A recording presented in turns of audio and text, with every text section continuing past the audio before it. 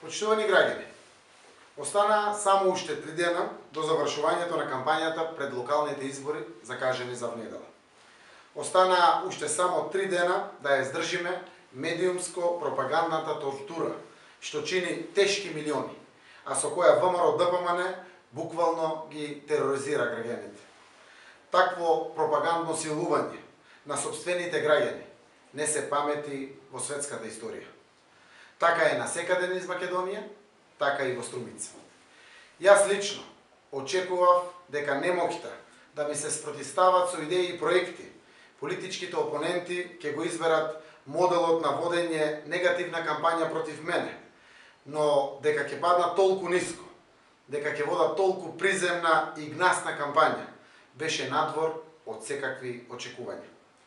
Такви валкани нешта може да произлезат само од валкани души. Замислете, сето тоа го прави една партија која себе си се прокламира за демохристијанска партија, која по сите основи треба да ги почитува традиционалните и семејните вредности. Спротивно на тоа, Општинскиот комитет на ВМРО-ДПМН, нивниот кандидат за градоначалник и шефот на изборниот штаб Славе Гошев не избираат средства во обидот да го дискредитираат моето име, посегнувајќи по свети работи, како што се семејството и семејните вредности. Знам многу работи што ги знае цела Струмица за семејствата на Пишев и Гошев, но ни на крај памет не ми доаѓа тоа да го употребам во мојата изборна кампања. Тоа е прашање на моралот, културата и достоинството на еден човек. Но сето тоа јас стоечки ќе го издржам. Почитувани сограѓани, треба да издржите и вие на сите притисоци и закани кои секојдневно ви се вршат. Злоупотребата на државните институции оди до таму што на граѓаните им се закануваат со укинување на социјалната помош, на доместокот за трето дете, на доместокот за детски додаток и други нешта кои се утврдени со закон.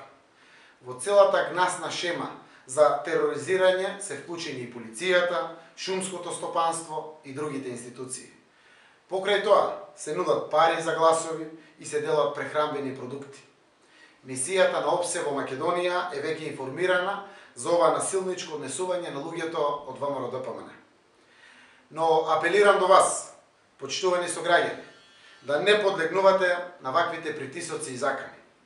Она што законски ви следува, никој не може да ви го одземе. А јас сум подготвен да ги ангажирам сите адвокати за да ги заштитам вашите со устав за гарантирани права.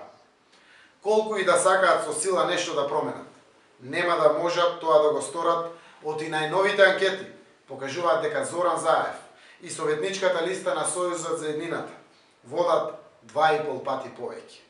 Беше направена анкета во нашата општина на 1090 испитаници. Резултатите се следни. Васил Пишев има 20,6% поддршка. Зоран Заев има 50,4% поддршка. 29% од граѓаните не се изјаснуваат по 3 основи. Но тоа е корпус настроен кон опозицијата. Победата ќе биде огромна. На советничките листи 21% има Кирил Николов и ВМРО-ДПМН. Маријан Даскаловски и Сојузот за еднината имат 47%. 32% луѓето не се изјаснуваат, но ќе излезат на избори и ќе го кажат својот глас. Затоа само ќе констатирам. Сите вие знаете кој е кој во Струмица и кој што стори за Струмица. Струмичани се умни луѓе и се сосема на чисто дека нивната доверба се добива со труд, со работа, со дела, а не со празни зборови и закани. Струмица и струмичани знаат дека сигурноста и гордоста за напредокот на градот и општината не смеат да бидат поматени со било какви експерименти и авантури. Како резултат на тоа, на 24 март, во вечерните часови, заеднички ќе констатираме дека Струмица продолжува да се движи во правилна насока.